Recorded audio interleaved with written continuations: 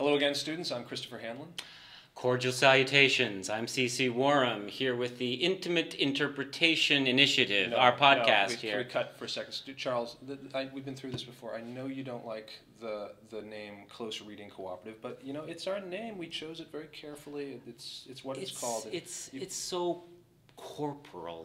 It's so earthy. It's so down to earth, Chris. Down to earth is good, right? That's what do you mean? Right?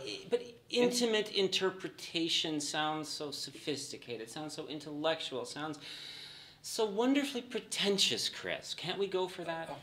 Okay, I see what you're getting. That, in a way, is what we're here to talk about, isn't it? Yeah. Well, okay, I guess that's what we're doing here, talking about etymologies today. Etymologies are the history of words.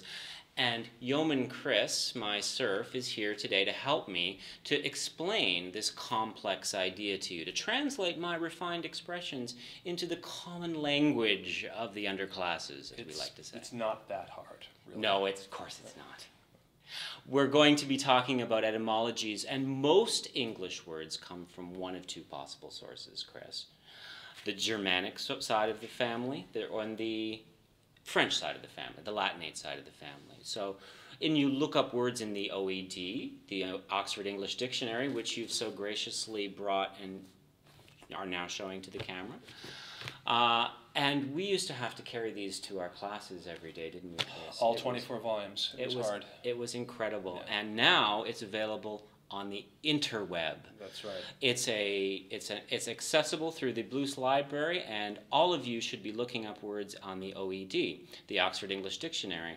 And one of the things that you'd find there is the fact that we have these two possible sources for words in English, mostly. The Germanic, which consists of Old English, Old Norse, even Old Dutch, and the Latinate side of the family, which is Old French, Norman English, Anglo-Norman, the French side of the family. But we'll talk more about that in a little bit. Right now, I wanted to tell you a little bit about why it is that etymologies are so interesting, or how it is that they can be so interesting. Okay. Would you like to hear about that? I would. Good. Take the word podcast. We're presenting a podcast to you right now. Where does the word podcast come from? Apple Computers Incorporated, I suppose. Indeed, that is really actually where it comes from, the iPod. But the word itself is not very old. It's only 4 or 5 years old, from 2004. If you look up the word podcast in the OED, you will find, indeed, that the word comes from 2004 and came to actually replace the word vlog. Vlog. Vlog. I'm kind of sorry we don't say vlog. That is a nice.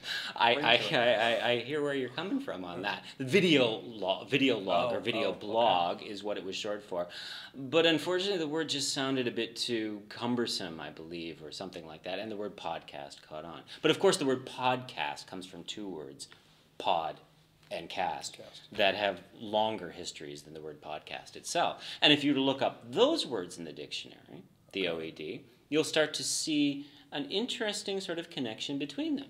Now, the word pod is a word that comes from an Old English word, cod. Now, what do you think cod means?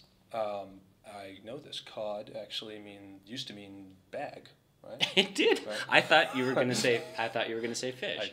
How did you know it was bag? I heard it codpiece, right? That's where we go. That's exactly true. Right. And the word evolved from cod because the word for peas in a pod, peas cod, used to be called peas cod, and you'll find this if you look up the word. So this is all there. It's on the Oxford English Dictionary definition. It is. Oh, okay. When you look that up, you'll see a number of different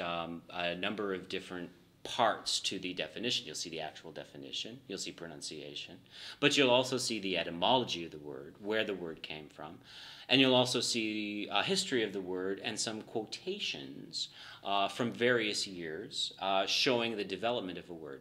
So in the case of the word pod, you'll see that it evolves from the peas cod. The word cast comes from the Old Norse, which you'll see in the etymology.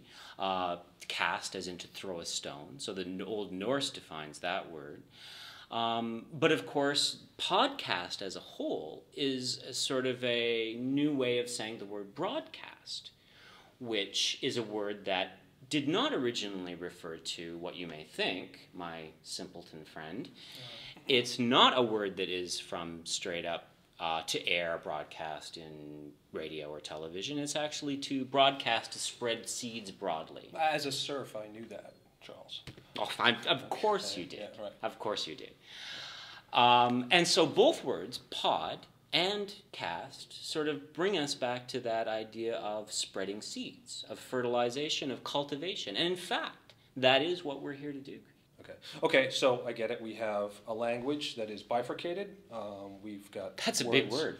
For a Saxon serf, I know, but certainly is. so bifurcated between a Saxon lexicon and a Norman lexicon.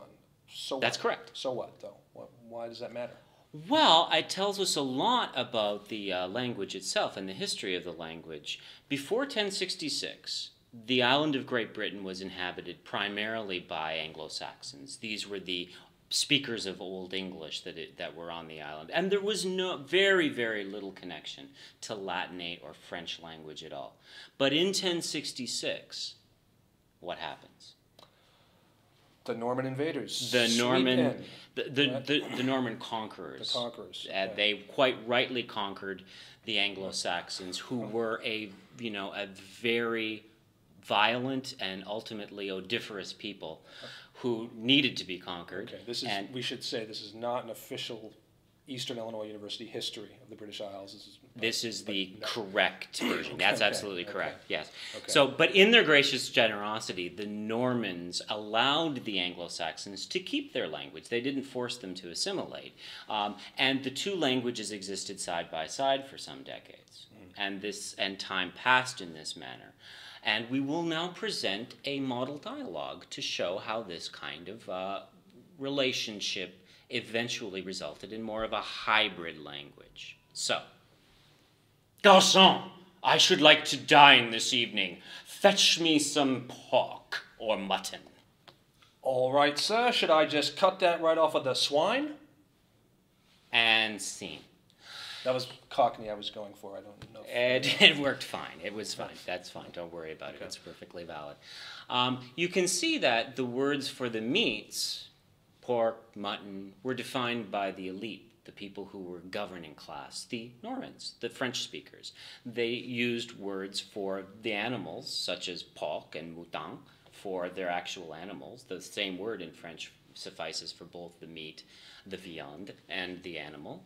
And the Anglo-Saxon, little serf here, uses the Old English term for pork, that is to say, Schwein. The German word today is still Schweine. And therefore you can see this bifurcation, that big word that you used earlier in the language, play itself out in the meat versus the animal name.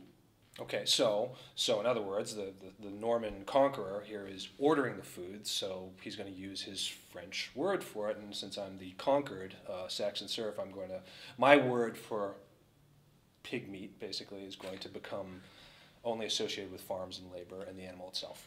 Absolutely. So you can see how the connotations of words, which is something we'll probably get to a little later, become slightly different between the Latinate side and the Germanic side of the language. Okay, well, so my next question is, how do we use this to actually read literature? Well, that is an interesting question, but I think it's a question that we need to ask next week. Okay, so for this week, this is the Close Reading Cooperative, signing off. Yes. Till next week.